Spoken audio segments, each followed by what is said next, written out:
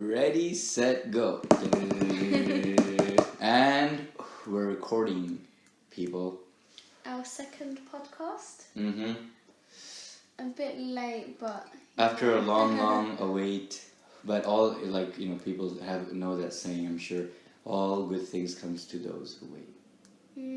So, yeah, good one. Mm-hmm. So, today, actually we had a few topics in mind, right? We thought of doing a couple of other things, but then we stuck with this idea of speaking about like ghosts and spirits. Poltergeist collections as well. Yeah, so poltergeist. Actually, yeah, mine's... Oh, is that how you say it? Poltergeist. English accent. Poltergeist. So that's a German word, actually. For all you Germans out there. Yeah, and we said specifically we'll try and discuss to make it more interesting about what we've heard from our cultures specifically, because you have the English culture and things that we've heard, which is freaking boring. I'm gonna be straight up here, but at the end of the day, not all cultures are the same. The English culture is known for its fish and chips and the Queen and the long lists of the royal family, which is an amazing thing, and the Buckingham Palace and so on. But this is a whole new level of culture we're about to discuss here. So buckle up. It's nice to have different backgrounds. So we're both here and we're both speaking English, but we have two different backgrounds. Yep. And we both speak a couple of languages, so... Yeah. Okay, so... Like bragging. No, not really. So, actually, I was doing some research today, and the topic that I wanted to speak about, I found some really interesting information, like things that I knew before from childhood, but that I'd completely forgotten, and I was like, oh yeah, I remember hearing about that, like my grandparents telling me, and I was researching. So basically, you're going to share with us today. Let me get this straight. Of your childhood experiences with the spiritual world or the ghost. Yes, so experiences, but also ghastly like world. Knowledge and like cultural beliefs in this topic. So a couple of things, experiences and knowledge. That sounds. I haven't had awesome. that many experiences because I'm not sure about my belief in this. It's very, I don't know. Very, unsure, or do you think it's like conspiracy theory or hoax? So the reason is there's a few different explanations about poltergeists, what they are, how they come into existence. So it depends what you believe that they are. So if you believe that they're a real existing thing, like external, it has nothing to do with you, they just like ghosts exist. I don't really believe in that. But then another thing I learned, they say that it's a manifestation of your inner energy, so it's spiritual. So they manifest through energy, like from humans. So what you're basically trying to say is like, if a person or individual starts imagining thoughts of ghosts and poltergeists and all these spiritual beings from another realm, we're giving that person is giving energy into it to give birth to it, or I don't know if that's possible. What I read, this makes more sense to me than saying, oh, this house is haunted, something exists in this house, and let's say you move into the house, and this ghost poltergeist already exists in this house. So that's so it's like a possession. But I don't believe in that. Some people believe in that, but the other more not even scientific. You can't say scientific. It's not. The other explanation, quite widely believed, is that these beings, they manifest through negative energy. So people who are stressed, people who are depressed, they emit an enormous amount of spiritual energy into around them, into this world, So this spiritual energy so the ghost is manifested from this spiritual energy. That's how it's created. And then they feed on the negative as well. So you're already in a really, really negative state. You're stressed. You're focusing on the negative things in your life. You're going through a really bad time. And naturally, if you're going through these things, you will emit some kind of bad energy. Like energy, you know, it's a thing.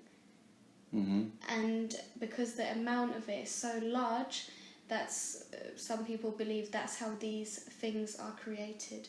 So these spirits, these poltergeists, they're just hiding under your bed. They form from the bad energy. So check your bed before going to bed tonight or As today. you sleep and your body releases that bad energy, the monster behind your bed is getting stronger. Ooh. So that's a really interesting. That's a very, very interesting way of looking at it. But from my personal experience, as I come from a very Eastern culture, where I've been brought up by my family, where they happen to be from a culture where everything is very strict and restricted, and there's rules for everything. There's regulations for everything, and which is very limiting, because these type of events and rules and regulations in our society where I'm from actually, according to my family members, relatives, great grandparents, and so forth that I've spoken to when I was a kid, and I still remember, surprisingly, a lot of the experiences was that them experiencing all these abnormal entities and all sort of like spiritual beings that weren't like Carolina just now described, nothing really positive, but in a negative way that actually causes bad dreams or nightmares, or a long-term side effect to an individual, which is usually not good for their own good. So yeah, would you like to share some more of your points? Yeah, so just some general facts of poltergeists. I don't know, most people are aware, but along with the manifestation of bad energy, of it being created in that way, another thing was, I read that these ghosts, these beings so people who have passed away, and it's believed that the sinners, the people who have sinned really badly and they can't find comfort in the afterlife, they haven't left this world, so they're supposed to have moved on to whatever happens, whatever afterlife, wherever they're meant to go, but they're just stuck here. So their body is no longer here, but their soul remains.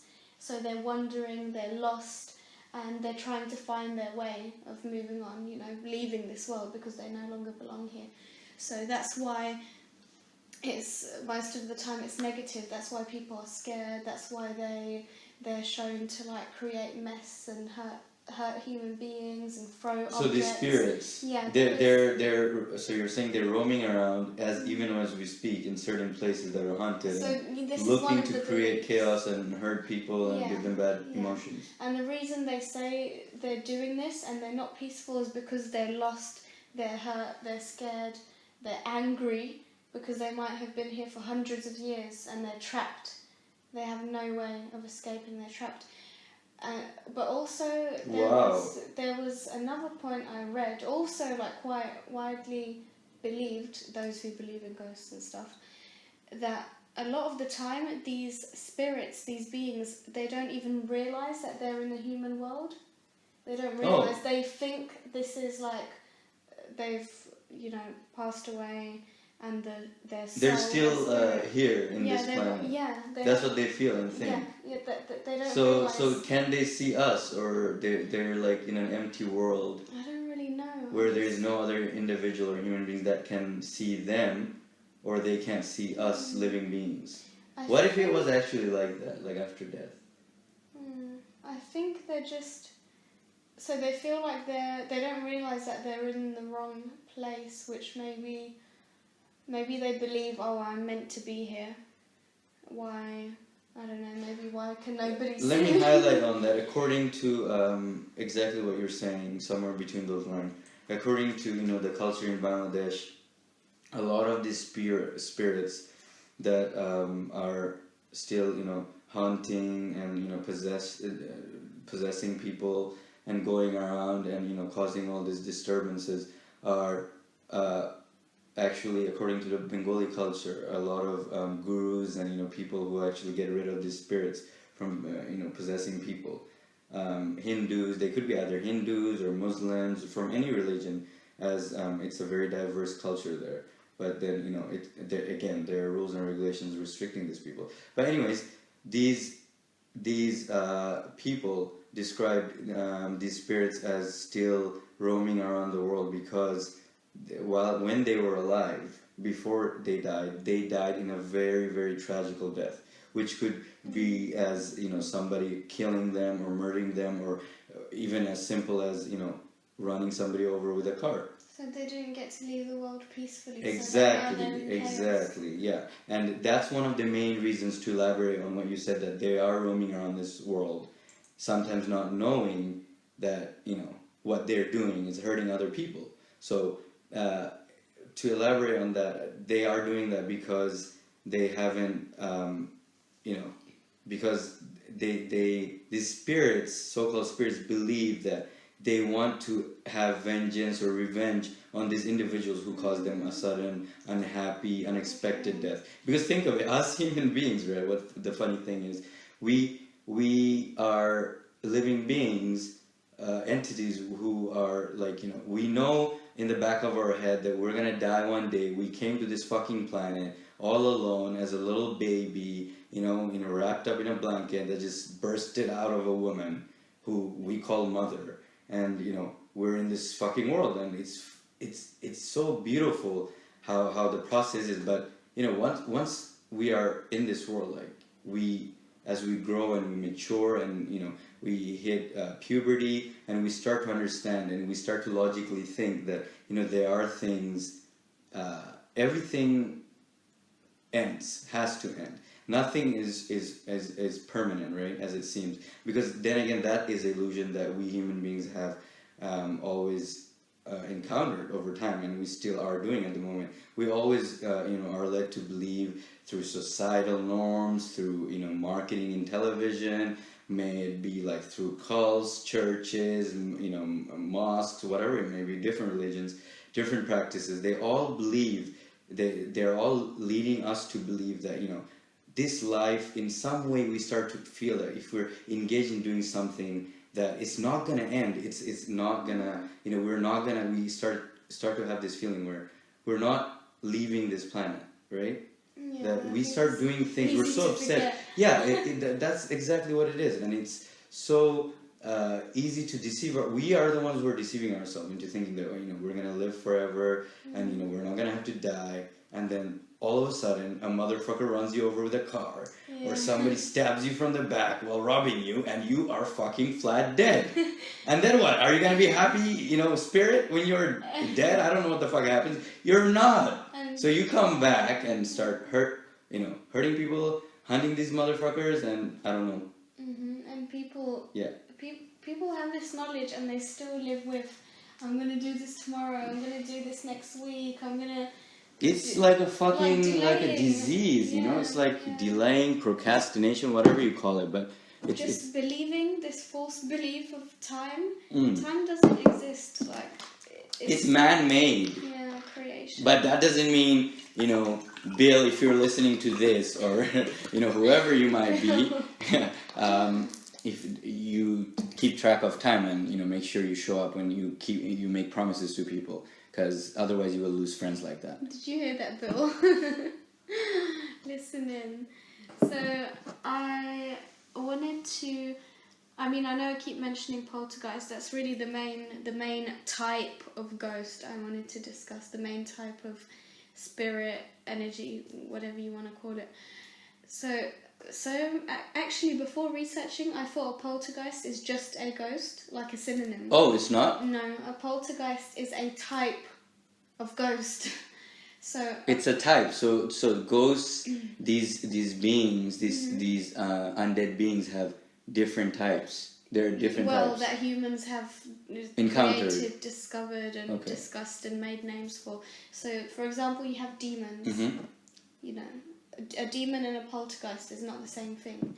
I can't really tell you the difference because I didn't read into demons as such. But so, a poltergeist is believed to be the most threatening type of ghost. The most powerful and the most threatening. It has the most, force. It's made from kind of like the biggest energy. So they're the most dangerous. And the things that you would encounter with a poltergeist, people would say from their experiences. So, of course, nobody just thought, okay, let's create this name poltergeist and let's create these this is what a poltergeist does. No, so thousands of people have shared their experience and they've realised, okay, these things are recurring. Okay, that matches noises, things flying around, and people find that, wow, our experiences are very, very similar. Okay, so it must be a poltergeist, since their experiences, so many different comparisons. So I learned that this was a very strange thing. I think it's very common to people that, if there's a ghost around you, things might like fly around, knocking, like noises.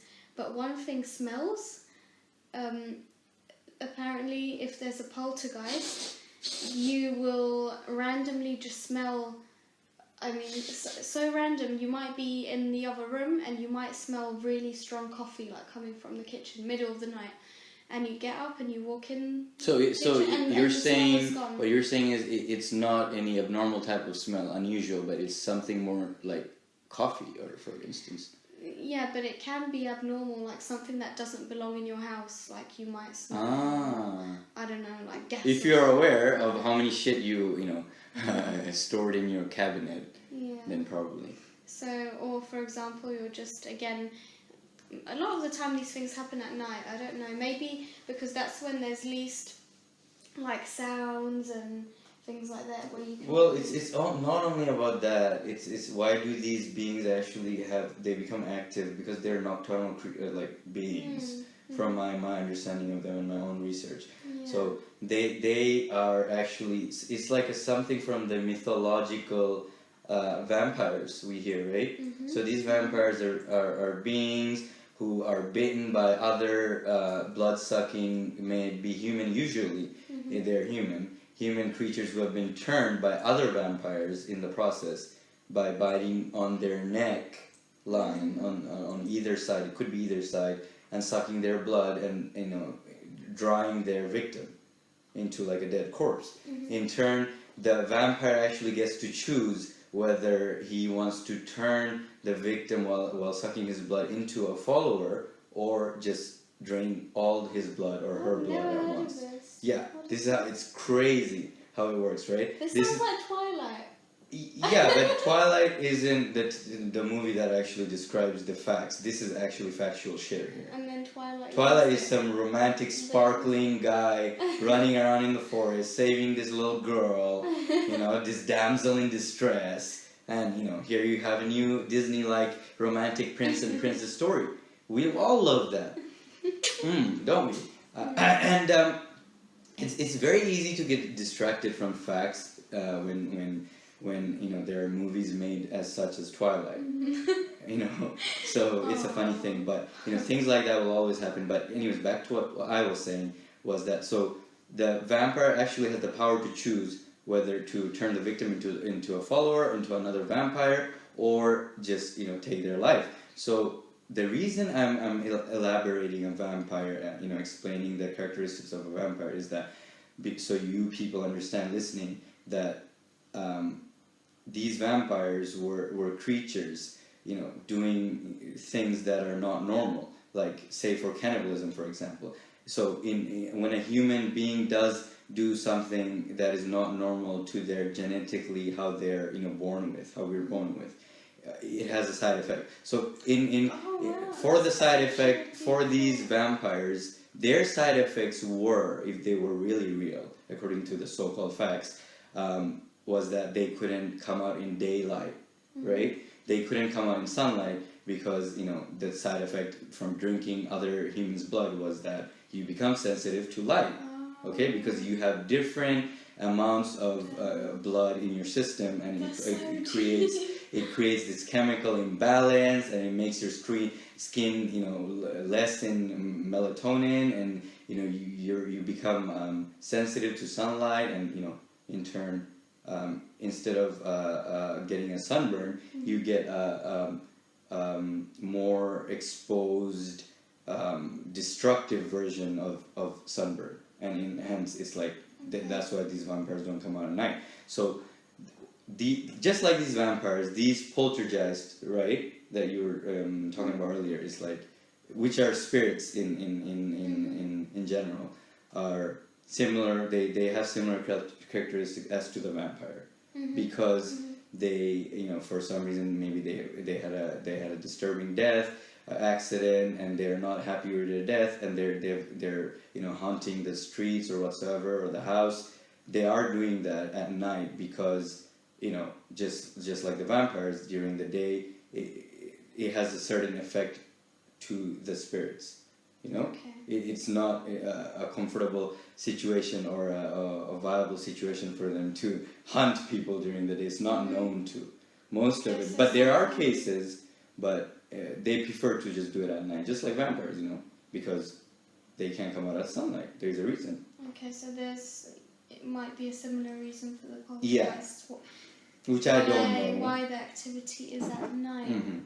That's really, really interesting what you just said. It is mind-blowing. So if we behave in a way that our genes were not, we weren't created to behave in that way, like our genes it's not normal human nature. Not supported, you know, our genes are not, they're not supporting this kind of activity.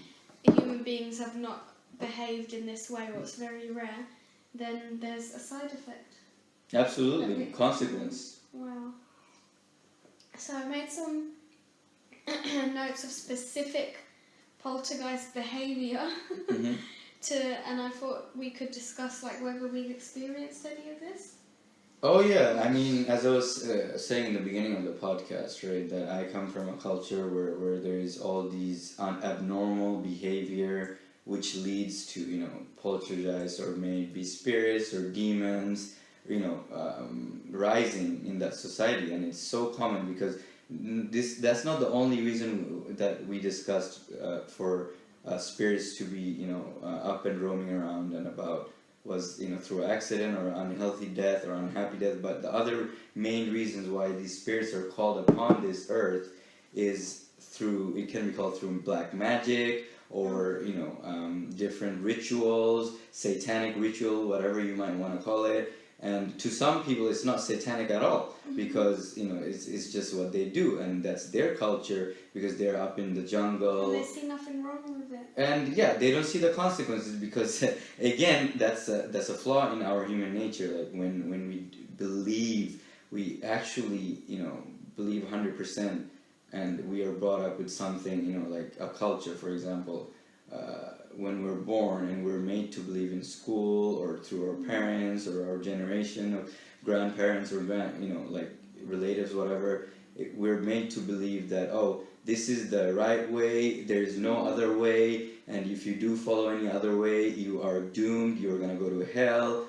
And okay, I'm getting a bit too extreme here, but that is a lot of my personal experience I'm sharing here right now. And yeah, so the other reason, back to the point, was I was making is for these spirits to come into the world is through practice of certain rituals. Yeah.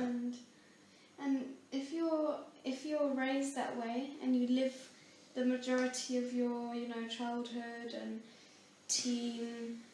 you're a teen, and these are the things you're taught, and these are the only things you see. It's so hard to believe, to actually look outside. Yeah, it's so hard, because that's the only thing you know. How are you supposed to? How are you supposed? Because if you don't, as a human being, it's also in our nature. Like we are we feel safe in our culture, we feel safe in our tribe, we feel safe in our city, the place we're born. It's just a human thing. But, the moment when the question of, okay, this individual, you might be your friend or your boyfriend or girlfriend or the person you're living with, your flatmate, if you ask them, if you present an idea, okay, why don't you look at this thing from a different perspective? Most people will curl up in their little hamster ball and be protective of their own ideologies because they're just first thing that comes into the human mind or the instinct. These chemicals are released and we feel the need to be defensive about the culture or the lifestyle that we're leading. Might it be healthy or unhealthy? Yeah. But that's the first instinct we get. I think you're scared as well to be questioned, just in case you realise, oh my God, you're right. Everything And I am wrong and you are right, or Yeah. I'm right and you are wrong. Yeah, like everything I've ever believed is now questionable. It's bullshit. Yeah. And there's a greater truth out there, you know what I mean? Nobody fucking wants to feel like that. Not me, not you, not the people out there listening to this. Nobody, That's where we all can relate because, we're all human beings and we're all, have the same characteristics and, that's what brings us together. But at the same time, all these... Let me share a little story about how... When me and my family, right, I told you, we moved around while I was growing up and we lived in Malaysia for a bit, right? And there's this one type of demon. Oh. It's called, in the Malaysian culture, right? It's still in the East. This is where it gets creepy. Yeah, where is this being called Toyo, right? Okay, you can do a Google search. Yeah, you can Google search on your own. How do you spell it? It's spelled Toyol. If you just Google that, and you'll get a bunch of scary. You can Google that now. Disturbing images of this being, which is like a little curled up little baby fetus. Oh, is it those with red glowing eyes? The mini one. Yeah. And it looks like sort of like the leprechaun from the Irish culture, right? But this demon is actually summoned. Yeah, that's the actual picture. That is how it looks like. All right, we're looking at an image right now on Google, which actually shows the creature. Aborted fetus, so it's not. Yeah, I'm gonna go into that. So it's actually a dead baby, unborn baby, which is a fetus. Right, that these people, black magicians, these people that like to practice such weird stuff. So they use a real one. They get a fetus, and then let me tell you how it works. And then they feed it their own human blood, usually from cutting their own wrists and giving it a few drops of blood, feeding it onto the mouth of the fetus. And then smearing it into some sort of oil that's found in the Malaysian jungle, and wraps it up with the. So it's like made into a mummy. Yeah, kind of, sort of. It's also wrapped with a cloth from a coffin. Check out the images if you're not creeped out by this stuff. Just search Toyol, right? You can do it even while listening to this. So basically, this fetus is fed human blood and then wrapped in this oil that's found in the Malaysian jungle, and then wrapped up in cloth from coffin, like when people are buried. They have to go to the fucking graveyard, cut the cloth from a dead person, and then wrap it up, and then bury it in a graveyard. Okay, so this is more or less one of the rituals they practice in Malaysia, which is sort of like voodoo culture, and it's very weird and very disturbing. And a lot of you might wonder, are you following on this? Mm-hmm. A lot of you might wonder why people might want to do this. It's abnormal. Absolutely, it is. I totally understand that. But the thing is, a lot of people from different cultures, those of you who have traveled, know how many different types of cultures are out there, right? in Asia, in South America, may it be in the Middle East. Every culture has a cult or some sort of group of people living in their country or in the forest, may it be, or even the civilized city, practicing. Nowadays, obviously, in the 21st century, is much less practicing some sort of black magic or ritual or Satan worship to bring back some, spirits or whatever, some weird thing into the world. And why do they do it, you might ask? For their own personal benefits. I have so many questions. Yeah, I mean, this is why we're doing this podcast, so we can share our own experiences, ask away, and the viewers can enjoy. But this specifically, this toyol. Yeah, toyol. So how does it comes to life, or that's what? Yeah, so after it's buried after fed human blood, wrapped, smeared with oil some sort of oil, and wrapped in a coffin cloth. It's buried. It's tied in 3 knots. Okay. 3 has a specific religious effect in the Muslim culture. Okay. 3 is like the 3 important prophets in Islam. Or, for example, the number 7 in the Islamic culture has a very important value, because according to the Muslim culture, 7 represents the day this world was created, or God, so-called Allah, has created this earth in 7 days. So, these type of numbers have a specific value to these people, right? I'm not talking specific religions or, pointing out fingers, but to get more in depth of what we're talking about. They have specific practices that allow them to do such things, right?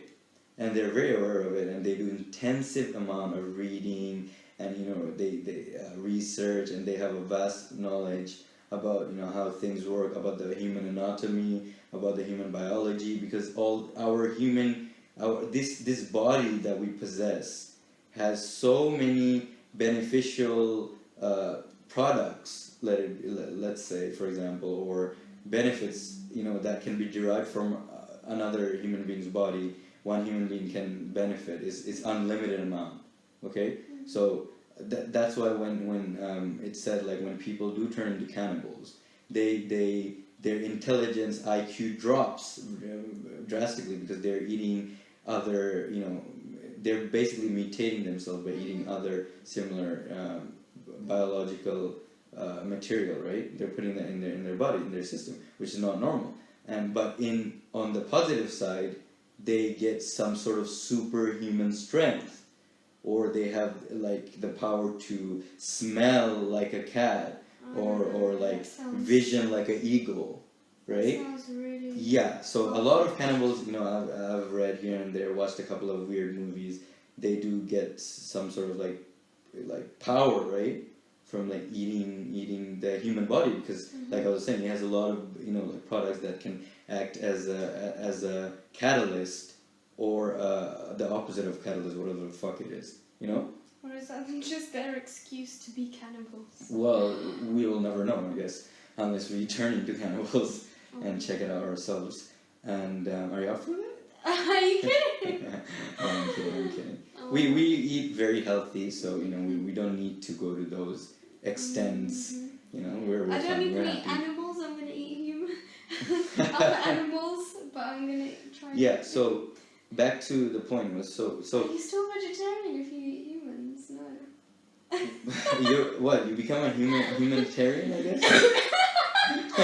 Oh my god, that's what a humanitarian is. That's exactly what it is. So this is the new meaning of the word humanitarian. From now on, because a vegetarian who eats humans. Because we've decided that's humanitarian. Yeah, that's the new in the Maharaja and the Little Girl's Dictionary. That is the new definition of humanitarian. Yep. Yeah, got it. So you didn't answer. Oh yeah, so this demon, because this practice is done, right, and is buried in the graveyard among other corpses, and within I think it's 28 days or 30 days, they have to wait, and they have to dig it back up on a full moon.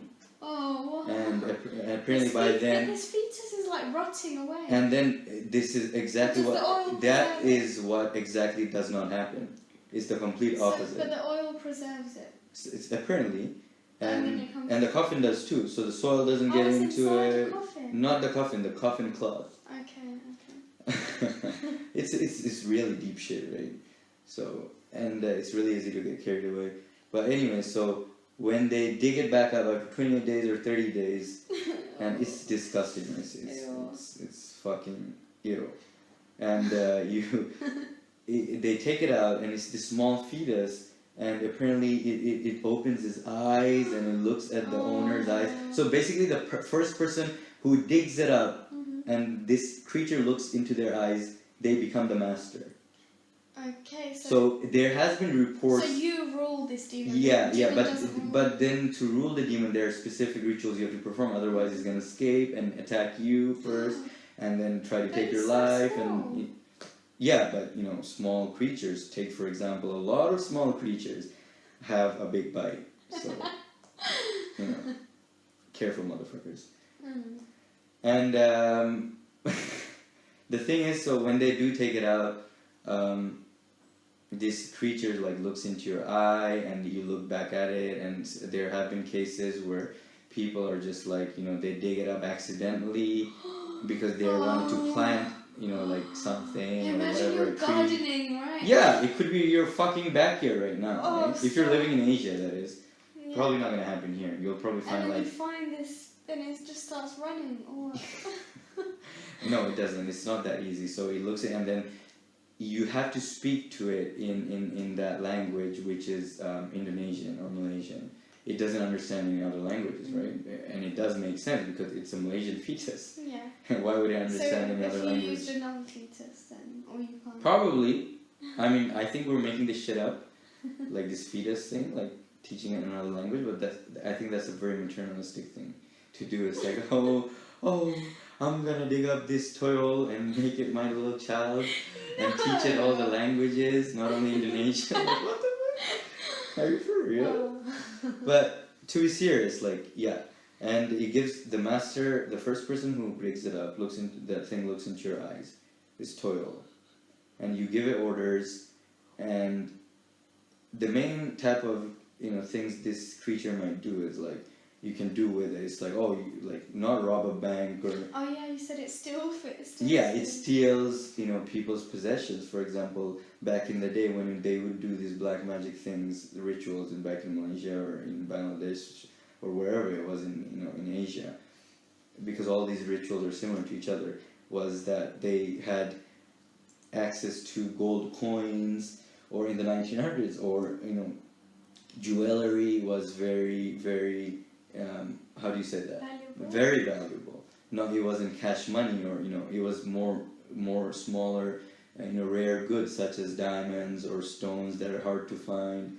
So they had all these things that were valuable to them back in the day, and they would use these creatures to steal these items. And that it might not sound as bad as this creature, how we described it, like some little being that runs around, causes chaos. But there are far worse, more, you know, consequences of calling this creature up. Because some of you might go like, oh, you know what? It's funny. Why don't I get a fetus and, you know, yeah, it'll make me rich. That's another question. So the downside of doing this is you have to take care of this toil by giving it every day in the morning during sunrise a drop of your blood. During midday when the sun is above, like it's like, you know, 12 o'clock or 1 o'clock in the noon, another drop. So it feeds on blood.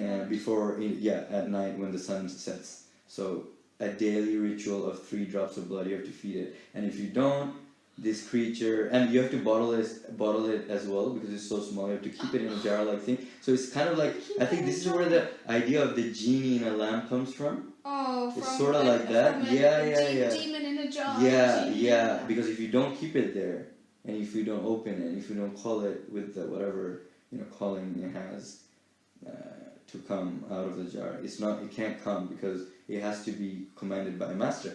But the other side of this is that if you don't take care of it, which is giving it daily drops of blood and making sure, you know, it's happy sucking on your blood, then it's gonna break out of the jar somehow. And the first thing it's gonna do is come after you and fucking rip your heart out and eat it. Oh. Did you just make that up? No, it will actually do something like that. It's either that or it's gonna rip your genital one of your genitals. So if you're a female, probably your ovary is probably gonna rip it out. Or if you're a male, it's probably gonna rip out your testicles, or your heart. That escalates so quickly. I thought you were gonna say. Yeah, you actually reminded me. It's gonna come and attack you or like run away. It's no, because it's a. Think of it. It's a creature. It's a demonized creature. It's thrives on human blood. Mm-hmm. What do you expect it to do? And you're making it do something as low vibrational as stealing materials. Like, again, you know, we do things that we believe that are, you know, we're gonna have in our possession for a long time. We're not gonna die. We talked about this earlier, and you know, to a extent where we're demonizing dead babies into stealing things for us to get rich. Like, how fucked up are we? Are human beings, right? So before you told me, I'd never heard of this. So it must be like the Indonesian, Malaysian. Yeah, but I did share with you about Toil. Yeah, but we didn't go in depth because there was no reason to. I didn't want to scare the shit out of you. Mm-hmm. But before you told me about this the first time, I had never heard of anything similar. Of course, because have you met a Malaysian before who have lived there and they'll share their culture with you? No, but it's really interesting compared to the common ghosts or demons we would describe in our culture. In the Western culture, right? Like for me specifically, Lithuanian. I mean, there's sinister things, sinister ghosts, poltergeists, but something like this, not even close. I've never heard of it. Not even close. No, it's like so sinister, and I mean a fetus. Yeah. I mean, in the Western society, that's like far away from even imagination, right? Yeah. Like using a fetus to steal. How messed up is that? Mm-hmm. And the thing is, like, to what extent, the question is, because you're brought up in such a culture, it's not your fault as well. It's what you saw growing up, right? In the Western society, the only thing a fetus can steal is child support. How about that? Child support money. And then you're on TV and you're 17 and pregnant. You're on what's the British guy's name? Jeremy Kyle. You're on Jeremy Kyle with your mom, or your stepdad, talking about how you got pregnant and they need to support you and buy you an iPad, and your little brother stole money from you. Oh my god. It's so much drama in the Western society. Like, it's hilarious.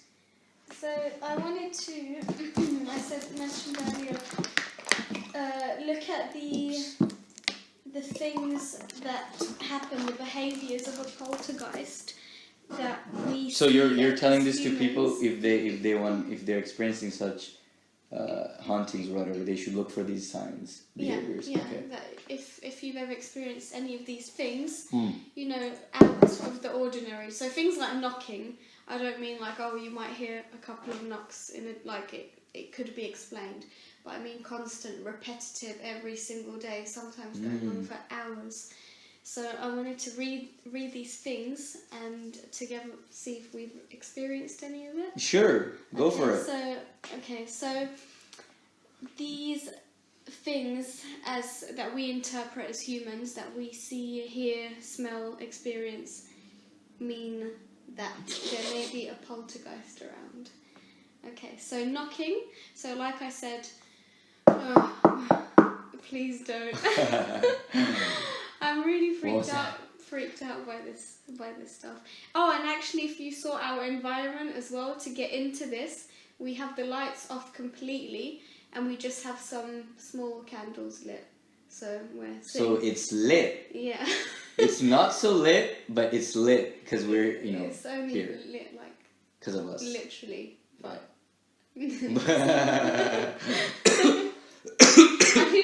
Your sense of humor is like next level. That was a pun. I didn't even mean to say literally. No pun intended. Literally. Okay, so knocking, and as I say, repeated knocks, constant, strange smells. So I read that this woman was saying, that she had a poltergeist in her house, and she had no flowers anywhere, but she'd always wake up in the middle of the night with, like, smelling a strong scent of specific flowers. Footsteps. Wow, imagine how creepy is that? Like, you wake up in the middle of the night, and then you're just smelling like a garden of roses, strong roses, fresh roses in your bedroom. Yeah. Like every other night. The thing how fucked up is that? So it's not even sometimes. Scary. It's not even just waking up. Like, let's say you're sitting on your bed, or I don't know, doing something, and the smell comes on really suddenly and very strong. So, I mean, it's one thing, I think, if you wake up and you smell it, you might think, whilst I was sleeping, something happened. But imagine you're just sitting there, nothing abnormal, no smells, and all of a sudden the smell just is all over the place, so strong. Okay, so smells. That's definitely, like, paranormal. So, footsteps, someone in the next room. You might hear someone walking around in the next room, like loud footsteps, and you might think... Like a person actually walking. Yeah. But you know there's nobody else living in the house except you. Yeah, and then you come into the room and no one is Oh there. my god. Oh, that gave me shivers. My hair's like standing up. So, things being thrown around. So, as I said earlier, these poltergeists are explained as a manifestation of very negative energy, like very, very strong negative energy. Mm-hmm. So of course they're going to be negative, it's negative energy. And so things being thrown around, this happens a lot of the time because the poltergeist is angry. So it might want you to do something, but you don't know what it wants and you're not behaving as they want. Because the communication method is not normal. Yeah. That's how it's trying to communicate. Exactly. So you might try to communicate, and the poltergeist is trying to communicate, but there's no middle because you don't know. There is no middle ground. Yeah. Lights flickering, water dripping. This happens a lot. I mean, some of these things are very strange, like water dripping. Why? Fire being ignited. Well, that's a very common one in the East as well, in Asia. Oh, really? Yeah, like so you see like forest fires randomly, or like could be forest fires. Yeah, but that's like how it starts. That's like the most common types. But there's like fires like somebody because in Bangladesh they cook with they have fireplaces for cooking. So it's like instead of like a gas cooker, it's like people get logs, and then they light it up, and then you cook on that with stones underneath.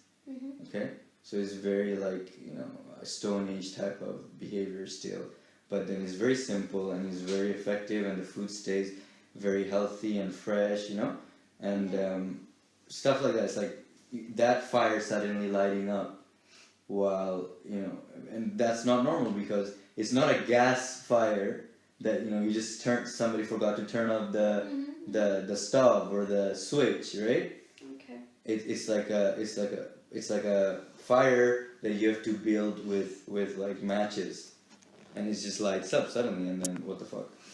We've been recording for 48 minutes already. Wow, that's already an hour. We gotta wrap this up soon. Let's target like an hour. Because I haven't even reached my main point. Oh my god, just hit it, like jump over, do your thing, girl. Okay, so one really interesting thing about poltergeist activities, even though it's created from your inner spiritual energy, they say a poltergeist, their activities, the things they do, anyone who is in that room will be able to see it. So it's not a figment of your imagination, it's a real physical thing, physically. So if things are being thrown around and I'm seeing this, you're here with me, you will see it too. Oh yeah? Even though the poltergeist has manifested from my negative energy, and the way to stop a poltergeist, or the way to get rid of a poltergeist, I read, is the only way is for the person who has created this poltergeist, unintentionally obviously, the person by whom it was created. It came from their negative energy. This person needs to realize this and accept it and be like, know that, okay, this is what I've created. Being, this being is created. I need to straighten my shit up. Basically. Get my shit together. They need to realize that this is because of them. Mm-hmm. And this is a very random point, but I noted it down because I found it really interesting. In cases where humans they experience being beaten up by ghosts, like they wake up with bruises, or they just see bruises and scratches appear on their body. Apparently, if you feel deep guilt, so by the way, you have to be the person who has created this poltergeist. Mm-hmm. If you are feeling guilty, then this is what will happen. The poltergeist will beat you, basically. It's like, motherfucker, you summoned me, and now you're feeling guilty for giving birth to me? Get a kind of whoop ass on your ass. Yeah, exactly. And then, so these activities, I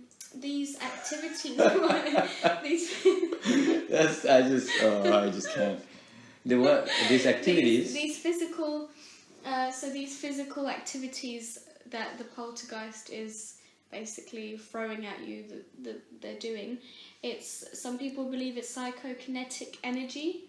What is that? That's what they call. So basically, it's a psychological thing. Mm-hmm. So as a human, through your thoughts. Yeah, but so the energy that you transmit, that you emit into the externally, as well as your psychology. Okay, so psychology and energy put together, and somehow it's created. So psychokinetic is created into these things like a poltergeist. The things they do. Mm-hmm, makes sense. So, yeah. So I mean, it's really hard to explain, and it's not a factual. It's not scientific at all. So many people don't believe it. Some do. So also, if you are angry at someone, so I mean the guilt was you get beaten up.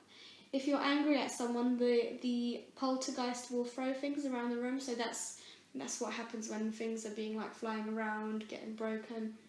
Because you are angry, you are emitting this psychokinetic energy, and the anger is manifesting, through this bad energy, and the poltergeist is feeding on that, on that anger, and that's when they transmit this anger into this behavior. Makes absolute sense. It's like a little kid, when the kid is growing up, if he experiences, in the first 5 years of the kid's parents fighting, or they're negative in a certain way, the kid will eventually more than 50% of the time turn out to be a psychotic, angry person, or depressive, or all these symptoms, all these negative symptoms. So it seems like it's the same type of behavior with this poltergeist. Yeah, very similar.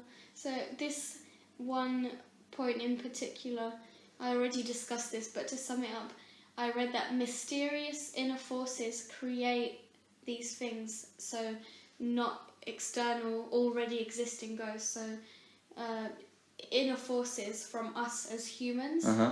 That's how these ghosts are created. They don't just exist. So they're not separate from us.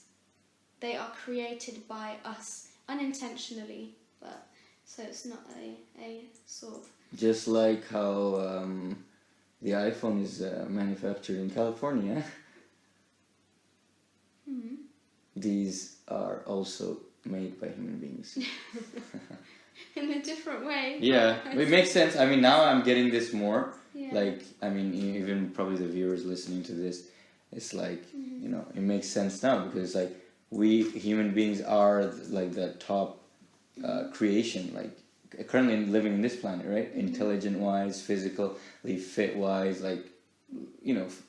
we create. We're creating creative beings, and it makes sense whether we're creating it materialistically, in a physical form, in a tangible form, or in an intangible form, which is creating through energy, so-called energy, and manifesting it to another being, thus hence having a spirit roaming around and creating chaos. So have you had any paranormal experiences? ever? You asked me this before, right? But anyways, have I? I thought I had it, but it wasn't really, because like again, I think if you have a strong mentality, right, coming from the background I came from, you know, you either, you know, grow up as a warrior, or you die a weakling, right? Mm-hmm. So that goes I mean physically and mentally as well. So that's how I was brought up, basically in a strict, you know, family with military style rules, and you know, you have to wake up at this time, go to sleep at that time. But anyways, back to the main point was that I started to believe, because that, you know, I'm seeing things because the people I was around with in the society or in the culture, they were emitting bad emotions and negative energy towards me in the environment I was. Hence, thus I began to imagine, you know, different spirituals, say, would be like having visions, or like having nightmares at night, daydreaming, and suddenly like seeing stuff like in the corner of my eye, like a shadow just running or passing. And this has happened many a times, and not only once. And I you know, I'm a person who is very open-minded. I always was, even back home, you know, wherever I was, you know, traveling with my family and wherever we were, you know, I was always open-minded to different experiences, you know. But the culture and the family I was brought up in, they weren't. So it was always a controversial thing for me.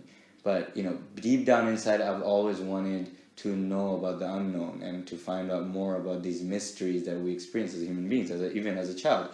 So I thought, like I said, like I thought I've experienced it, but, you know, eventually I realized it wasn't what I thought it was. So was there ever a specific time, specific event, where you would say this was a paranormal experience? Like very out of the ordinary, not like you say just from the corner of your eye seeing something, but an actual experience that you would believe, okay, that was definitely not normal, that was some sort of spiritual being, other entity that's not human. I mean, like when I used to live in Malaysia, I used to go to this military sort of Islamic school. I went there, and I was there for like 2 years. And I remember once I heard these kids, because I had to live in the hostel, right? And we were in this compound, and these kids, they were because we lived in bunk beds in our rooms, and in a room there would be about 5-6 like kids living in their own bunk beds, sharing the huge room. And the kid across from me on the top bunk bed, he was telling the kid on the lower bunk bed about how every time, you know, he falls asleep, he has this dream where he leaves his body, and then he's walking around roaming, and then, you know, he sees all these other spirits. And, you know, they are in different forms. Like some of them were like all these ugly looking animals with like 3 eyes. What age was this kid? This kid was like my age, like when I think like in his like 15, 16, teens basically. Yeah. So, you know, it's a time where, you know, you're young and you're very skeptical about things, and, you know, you don't know about. But you're not a child where you're. Yeah. So there is definitely some truth to it. And the funny thing that happened to me was, after hearing this story, I a few days later, I think I forgot about it, and if I remember correctly, I was just walking.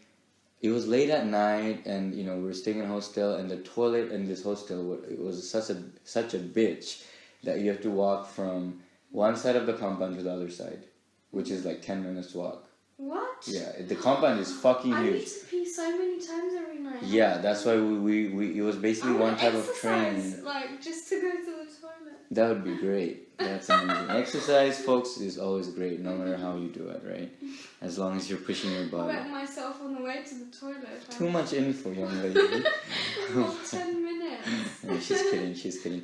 But yeah, so it's like I was walking to this long ass walk to the toilet in my compound, and where our school was, it was surrounded by a forest, and apparently these so I just overheard as well. Before I came to the school, I did my own research in the internet, and I found out that this place was actually built on a graveyard from like the 1900s, again back in the day. And these were all like soldiers from the Vietnam War when the Americans went and invaded, and a lot of them were killed, or a lot of them ran away to these Southeast Asian countries like Malaysia, Indonesia, and they took refuge there in those countries, and they ended up dying there. And then because they were refugees, that was their graveyard, right? So it was a specific graveyard for specific type of people who went through a lot of negatives, like turbulences and unhappiness in their life because of war in their country and so on. They ran away. Imagine the trauma they had to face, and they died like that in a foreign land, and they were just buried just like that. And guess what these motherfuckers did? The Malaysian government, they decided to build this give permit to this big ass school, like military school with which houses about 1,000 students. Just go ahead and build a fucking school on the graveyard. Exactly. So human beings, we are ridiculous. We are messed up in so many ways, but at the same time, it's like this is who we are. This is what makes us human. And the school, did parents have to pay fees for kids to attend this school? Yeah, you had to, but then it was very small amount because a lot of the students. So it wasn't money making. It wasn't money making. It was actually some sort of cult trying to train you to stand up for a certain religion or a certain organization, and with lot of religious information, which is man-made definitely, and there is a lot of misinformation as well. That is used to brainwash you to not trust other religions or other people from other communities. It's just very, very, very negative and hectic type of behavior. So back to the dream and the paranormal experience and the kid. You were saying after hearing that. Oh yeah, so after thank you for that, Achu. After, when I was walking to the toilet, so I knew about this graveyard thing, right? Like I told you guys, and I heard this kid a couple of days ago, talking about how he's seeing all these other spirits, and then I hear this other kid in the toilet talking about, how he got scared yesterday because he saw something, and then this other kid was telling the kid that I sat next to in class, I overheard him say how there was this little kid sitting on a tree in our playground on this big ass oak tree that we had. It's so dense and had this thick leaves, it would overshadow I think over 100 meters of the pavement. It's so huge. It's such a huge tree. And this kid saw this little kid, another kid, sitting on a tree who apparently is not from our school. And there is no way ever a kid can walk into our school when the compound is. The school is big, so maybe. But this kid, it's big, but then by face, I guess if you live. Yeah, you're living there. Yeah. You're eating there. You're sleeping there for months after months, and you just get to go home on holidays, on public holidays. Everyone. Mostly, yeah. Even if you don't, it's like second nature. It's because you're living there. You get to see people by face, even maybe you don't know their names, right? So this kid goes, I've never seen this kid in our classes or in the dorms or in the toilets, anywhere. Who the fuck? Who is this little kid? It's not a kid, isn't it? that's where it gets freaky. And so I'm going to the toilet, right? And I hear footsteps from behind me, and our pavement in this compound was it was built on because it was a graveyard. There was no grass growing, so they cemented the ground, the grass, the graveyard and then on top of it there was pebbles and rocks. It was like an uneven surface, right? So when a person would walk or run, you could hear the pebbles, like, you know, it was like the tunnel experience we had yesterday, right? And it's this loud, and imagine in the middle of the night right now, like, you know, like 3 a.m. at night in like a quiet foresty area. The only nearest store is like 10 minutes walk. So it would be very loud. Yeah. Even like you could hear like the fucking foxes running around or the birds flapping their wings. It's very echoic, right?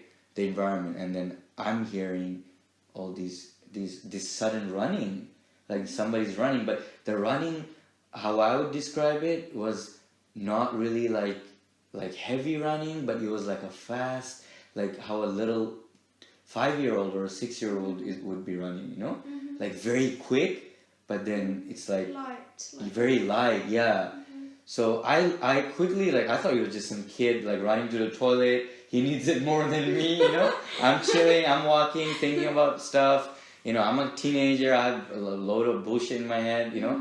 Oh, this, that, when I'm gonna go home. And I thought it was just some random kid running to the toilet before me. And the funny thing is, after walking, after 5-6 minutes towards the toilet, it's approximately was like 10 minutes walk to the toilet from one side from the dorm to the toilet, right?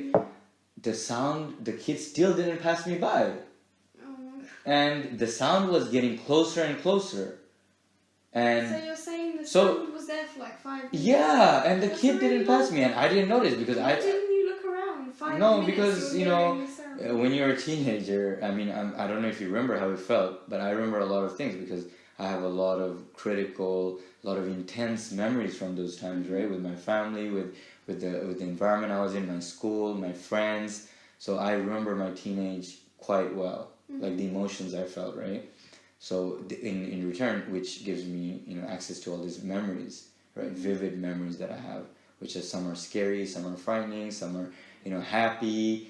But anyways, so I'm hearing this kid's like so-called kid, and footstep, and then it's 5 minutes in, and he's still not passing me by to the toilet. So I'm like, is this kid slow or what? Like he's just he's running the other way, or he's running on the other. So I just look back because I wasn't really observant kid when I was, you know, a teen.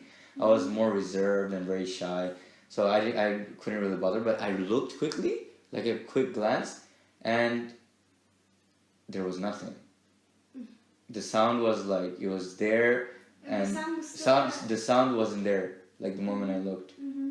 And I was like, what the fuck, like, you know. It was funny to me, like, because I was a kid, right? Funny? Yeah, I was like, oh shit, like, what the fuck, like, what? I was just probably hearing things. Scared. Yeah, hearing things, and then I kept walking, and the sound was there again. I would no longer be in the toilet at that Then the sound was there again, and I looked again, and nothing was there.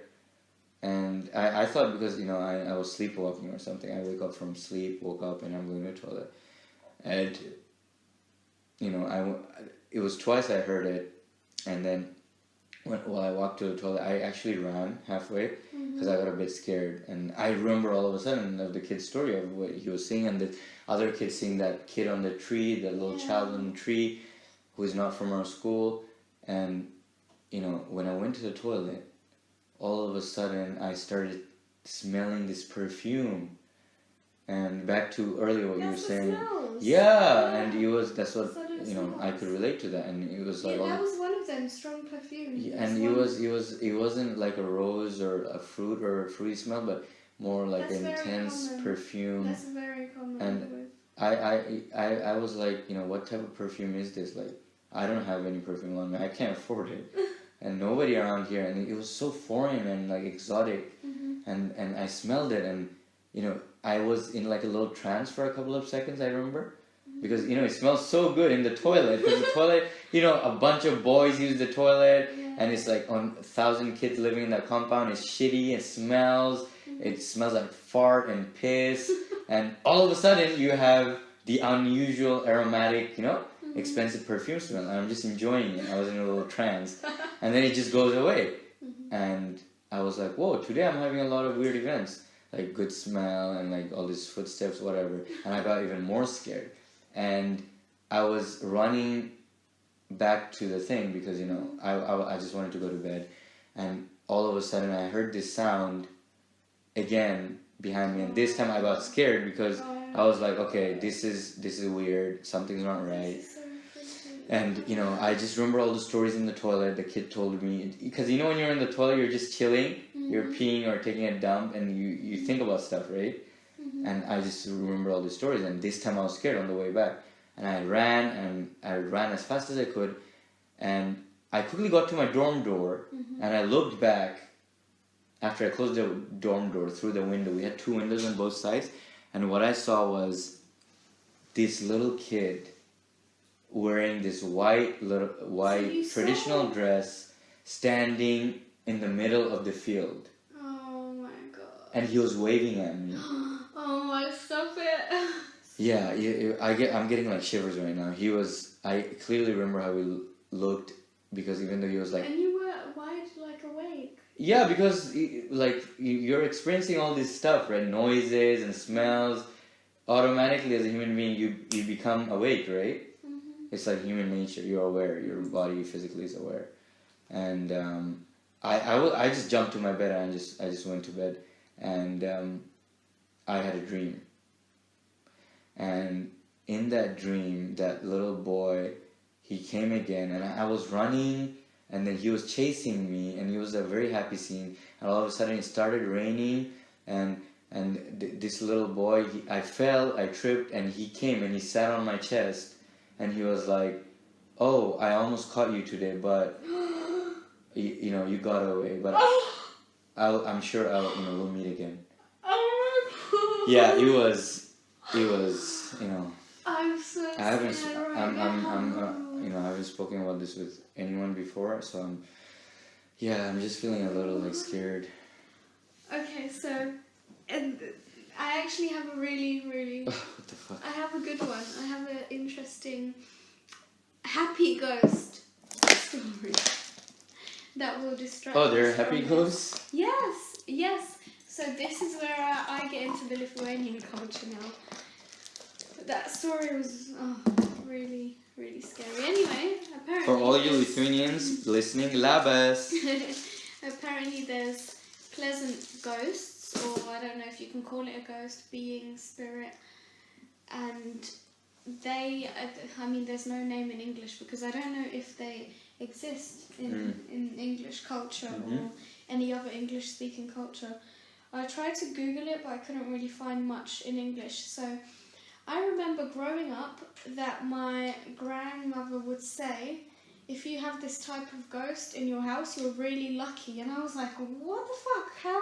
How does that How make can any someone sense? be lucky with a ghost? Yeah, so it means you're a very happy, very, very lucky, fortunate person. However, these beings, let me just call it a ghost. I don't think, yeah, let's keep it a ghost. It's a ghost, yeah. A type of ghost. Apparently many homes... He's just having a drink of water. Apparently many homes, so this is believed in Lithuania, many homes are inhabited by this ghost. So these ghosts exist in thousands of homes. Like it's pretty normal, as they would say, or it's like sort of accepted. So many people still don't believe in it, but there's also many who do, especially the older generations, like my grandparents, for example, and their parents. It was very widely believed. So they say that this being lives in your home. It's not created by you or what we spoke about, poltergeists. It's nothing like that. So they're already existing. Like if you move into a house, they may have already lived there for 100 years. Oh, 200 wow. years, That's yeah. a long age span. And that is their home that they then allow you to share with them. And it says... Oh, that's interesting. Yeah, and it says that these beings, these ghosts, are extremely, extremely protective of the home, of you, they're extremely clean and helpful, and they're just... like kind, just all the good qualities. No, also I'll get one and I'll be like, yo. You can't get it. Make me food. You can't get it. But in return, you have to look after them.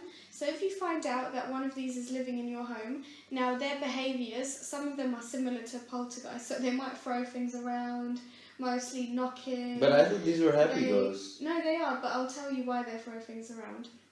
And they don't do things to hurt you, but they might get angry sometimes, or not angry, mostly like upset, annoyed, yeah. So things like that, throwing things around, but their normal behaviours are like hiding things, which they are meant to be very playful beings.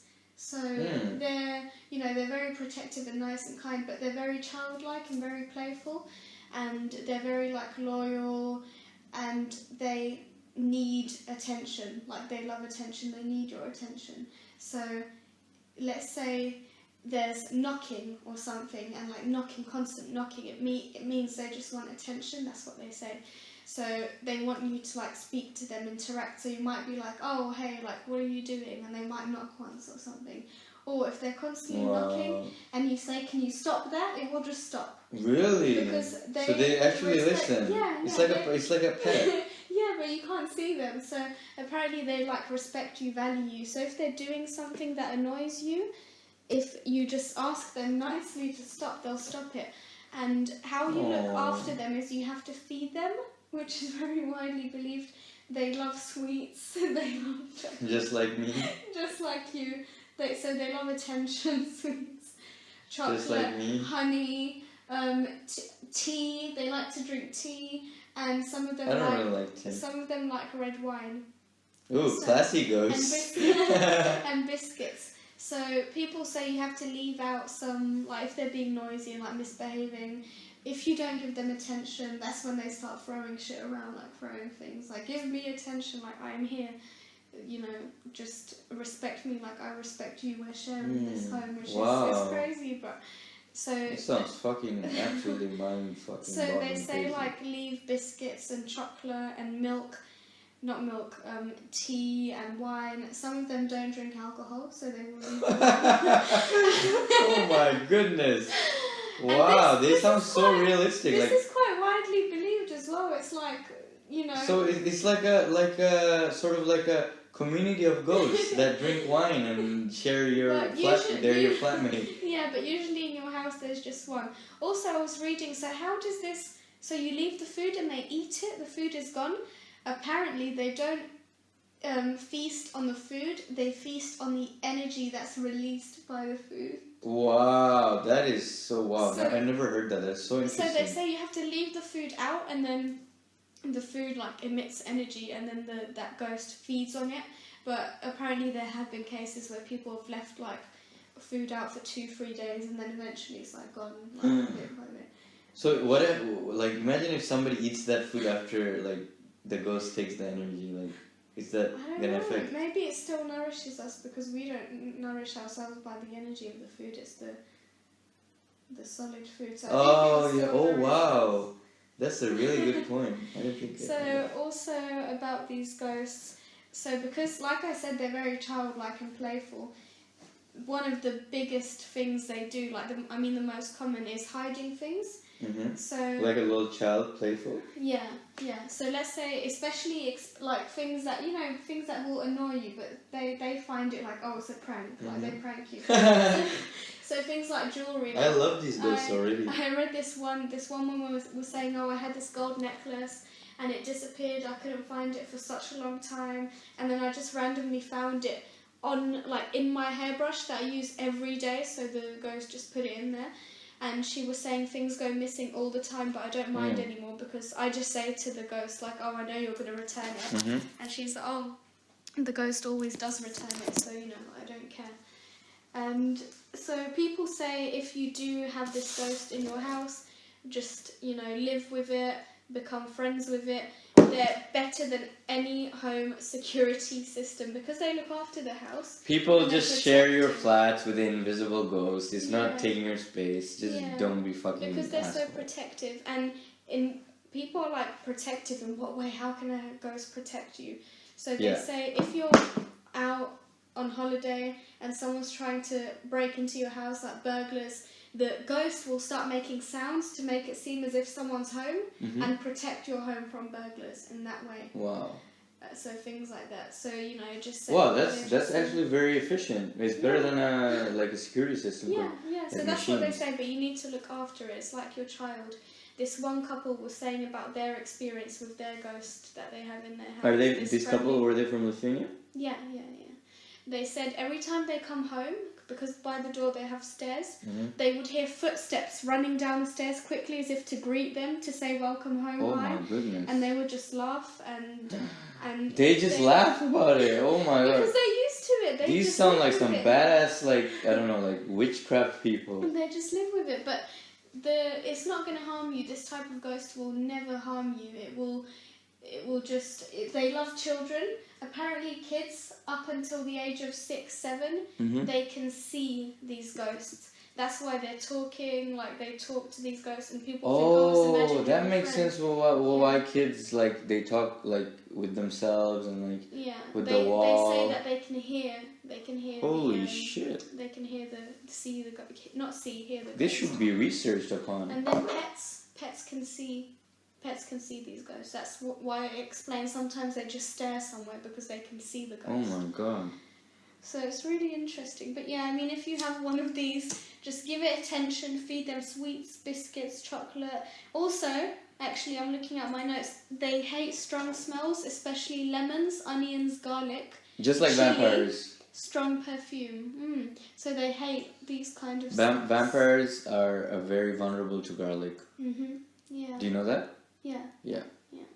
So, really interesting. Very. This was one of the most interesting podcast discussions we've had, even though it's our second podcast. Oh, lastly, to add, the way that they protect you, it says, because you can't communicate with them directly, you can hear them, or maybe it will move things. But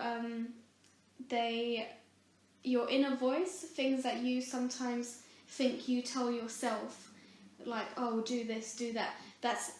They believe that this is the ghost. This is the ghost because it's protecting you. It knows what's best for you, and it will be oh, do this right now, or don't go there. Don't step there. Don't touch that. You'll burn yourself. Things like that. Apparently, that is the ghost. That's the ghost communicating to you through your inner voice. Wow. And so apparently they're very friendly. So as you can see, these things described, you would be lucky to have one because it's going to protect your home, protect you. Apart from the annoying things it hides your shit, but it comes with a price, just like everything else in life.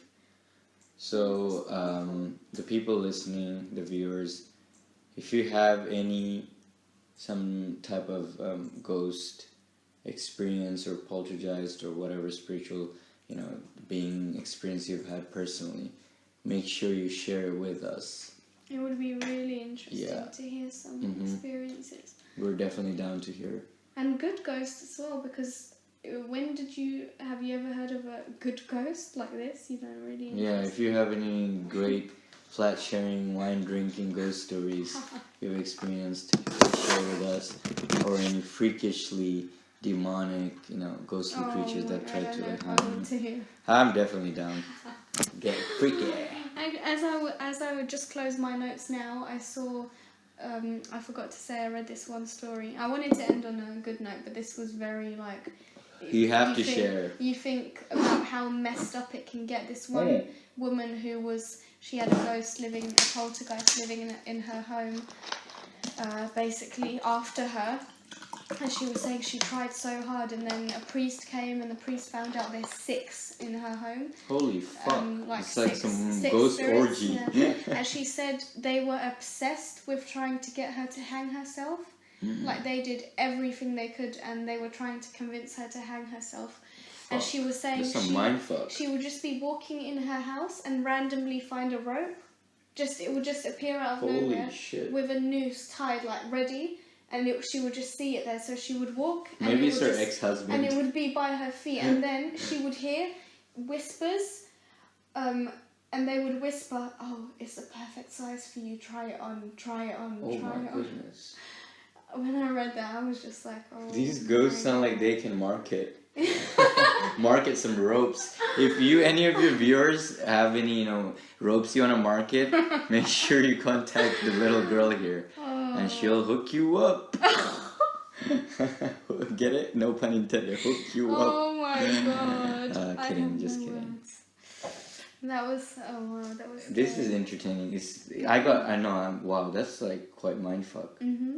Like coming into the room, like imagine you see For like sure. a knife ready. And you hear whispers. Like, stab yourself, stab It's gonna yourself. feel good. Cut your guts out. Oh. Rip your dick off. I don't know if they can hear that, but No, let's just hope that any of you ever experiencing any of these paranormal things, let's hope it's the good type Yep, that goes from Lithuania. Or Just anywhere in the feed it world. sweets, feed it sweets, look after it. They will be extremely loyal to you if you look after them. That reminds me of the song, Chris Brown. These hoes ain't loyal, but this is like the ghost version. This ghost ain't loyal.